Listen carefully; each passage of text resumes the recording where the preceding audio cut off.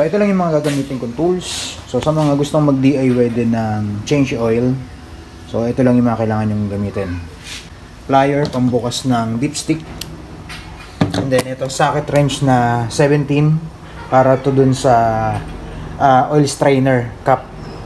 Tapos size 12 para dun sa pinakang drain bolt nya. So panghigpit, ito rin gagamitin natin. Gamit tayo ng torque wrench. Ayan dito sa ating kodigo. Ayan, makikita mo dito. Engine oil drain bolt 24 Newton meter. And then doon naman sa engine oil strainer cap 20 Newton meter. Okay, so alam na natin kung ano yung proper na higpit ng mga bolts natin. So sisimulan ko ng baklasin to.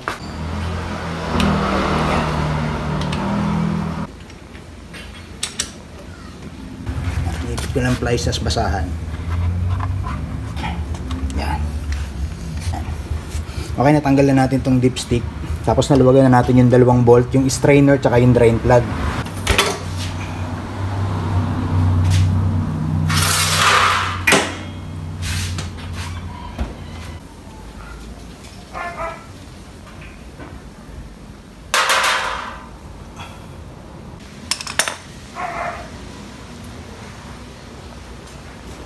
So ako every 2,000 kilometers kasi ako nag-change oil. Ito yung ginagamit ko. Yan, fully synthetic ng Honda.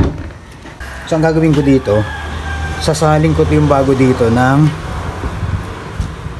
hanggang 800. Tapos ito yung gagamitin natin ngayon.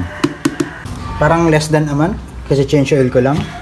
Kasi nga 2,000 kilometers, so daily ko is 100 plus kilometer daily. Yan, salin natin dito yung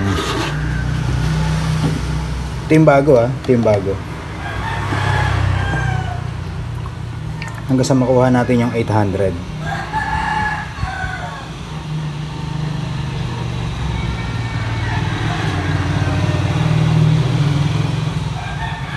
Okay. So 800 ml. So ito ngayon ito yung bago, tapos ang natira sa kanya 500 ml. May 500 ml pa tayo. So sa next change oil ko, ito ulit yung gagamitin natin. Dadagdagan ko lang to para at least yung oil natin na to, yung reserba natin, bago pa rin.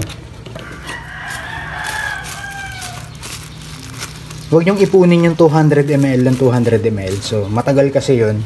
So possible baka mapanis yun, 'di ba? Pangit yun. Dapat at least less than a month nagagamit niyo pa rin siya.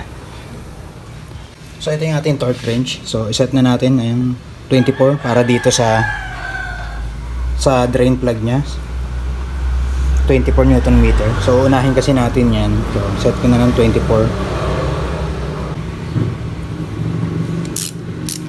Set na to ng 24 Newton meter. Yeah, mas gusto ko kasi na laging nalilinis to, yung sa part ng strainer. Para ito nalilinis ko lagi. Kasi madali lang naman tanggalin to eh. Yung iba kasi na sisira daw yung ganito nila. Kasi siguro mahigpit masyado yung pagkakakabit. Kasi kung tama yung specs ng torque na pagkakahigpit nyo dyan, hindi masisira. Pag nagkaroon ng leak yan dito, ibig sabihin yung goma lang yung papalitan nyo. Ito. So pag flat na yan, makakapa mo naman eh. So pag nakapamot, medyo pantay na, magli-leak talaga yan. So dapat na-check nyo rin yung goma na yan. Mura lang to yung goma na yan. Panlinis natin. Extreme 1, baka naman. Baka pwedeng maging reseller nyo.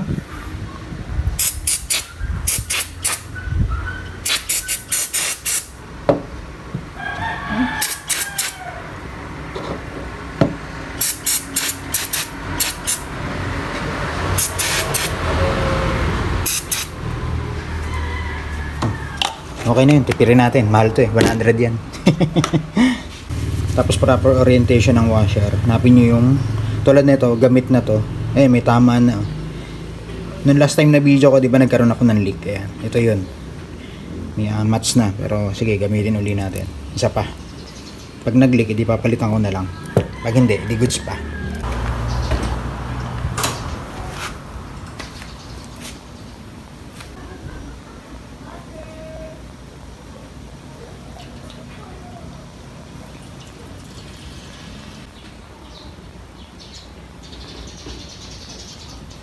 So pag wala na siyang pumapatak, pag tinagilid ko na siya ng ganun at wala na pumapatak, okay na yun, goods na yun. So lilinisan ko na yung ilalim niyan. Okay, balik na natin ito. So sa pagbabalik naman na ito, hindi kayo maliligaw kasi hindi nyo papapagkasya ito ng pabaliktad yung spring. Laging yung shape nya is akma para dun sa shape na ito. So maliban lang kung ipagpipilitan mo yung sarili mo na ganito mo ikabit. Tapos balik na natin.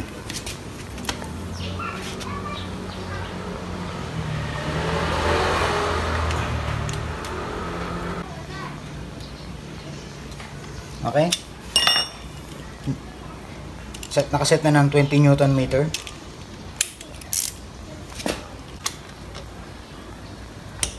Okay. Ayan na. At ayan, isalin ko na yung 800 ml. So, hindi siya nagre-record. Nakalimutan kong pindutin yung record button. Ayan, nasalin ko na yung 800. Okay. So, kunin natin, tingnan natin kung gaano kadami yung kung ilang ml yung nakuha natin dun sa oil natin. So, ito yung natanggal natin, no? So, kunin natin, salin natin dito.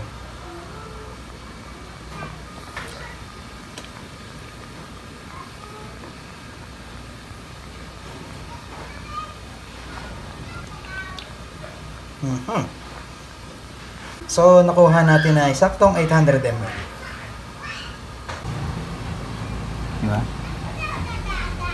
Mataas lang ng konti, konting-konti lang. 2,000 km bago ako nag-change oil. Tapos ganito yung kulay nung oil niya. Ayan. Ayan. Saling ko na siya dun. Iniipon ko kasi yan eh. Okay, so goods ang ating pag-change oil. Hindi nagbawas ng langis si Honda Click B3. So, at saka maganda yung pagkaka-dry natin. Talaga nakuha natin yung 800 ml na laman niya. So, ayun, nakalimutan ko pala to. Ayan, lumabas na yung nag-focus. Yung oil change indicator niya. Ayan, 10,094 yung tinakbo. So, ito yung nakalimutan ko pala kanina. So, re-reset ko siya. Tatanggalin natin yung oil change. Nag-change oil na tayo. So, ganito lang ginagawa ko dyan. Pinapatay ko muna yung engine. Tapos, hahawakan mo to. Ilolong press mo to. Dalawa lang naman yan eh. Left and right. So, right. Set. Ito sa select. Ito set. Itong set nasa kanan. Lolong press mo yan. Tapos isususi mo. So wala akong tigahawak eh. So wala akong tigahawak. So basta ganun lang. Oh, diba? Wala na. Wala na yung oil change. Ganun lang. Patayin mo yung patayin mo yung susi. Long press mo to. Tapos buhayin mo yung susi. Long press mo lang hanggang sa pag nawala na, tsaka mo lang bitawan yung set. Okay? Tapos pagka gusto mong, ito kasi nakaset siya ng 2,000. Long press mo nang sabay. Pag nag-blink yung time, click select. Ayan, magbi-blink na yung oil change. Click mo yung set. 2,000 yan, 2,000. 2,500, 3,000, 3,500, 4,000, 4,500, 5,000, 5,500, 6,000, 500, 1,000, 1,500, 2,000. Then set. Okay na, nakaset na siya ng 2,000. Nawala na yung oil change indicator. Ganun lang.